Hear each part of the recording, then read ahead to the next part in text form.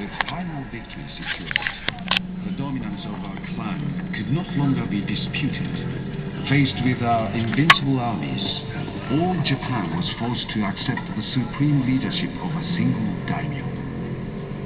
The heritage of our clan supported the legitimacy of our noble lord to declare himself Sei Taishogun, and thereby to found a dynasty which would determine the future of Japan and guarantee the immortality of our honor. There were some fools who did not accept the supremacy of the new shogun, but the battles which we fought to crush their insolence did not threaten our survival, as had the great battles of the past, but merely ensured that the skills of our samurai remained honed in the field of war. All the wealth of Japan flowed to the shogun, and he used it to raise mighty castles. The greatest of these was the fortress at Edo, which became the hub from which the shogun's power radiated to even the most distant provinces.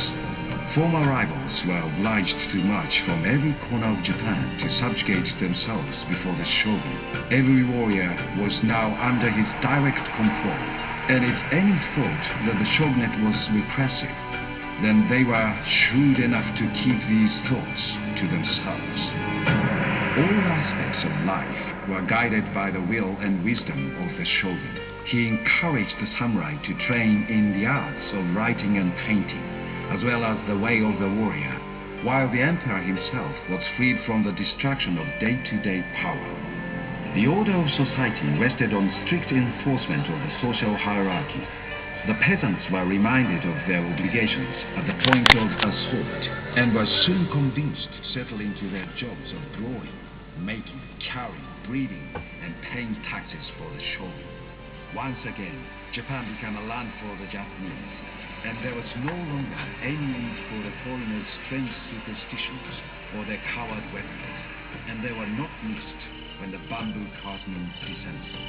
Under this firm hand, Japan was never again torn apart by ambitious and grasping rivals as it had been during the Sengoku time. United, the nation thrived, and the sons of the shogun continued to rule by obeying the traditions set down by our forefathers for hundreds of years.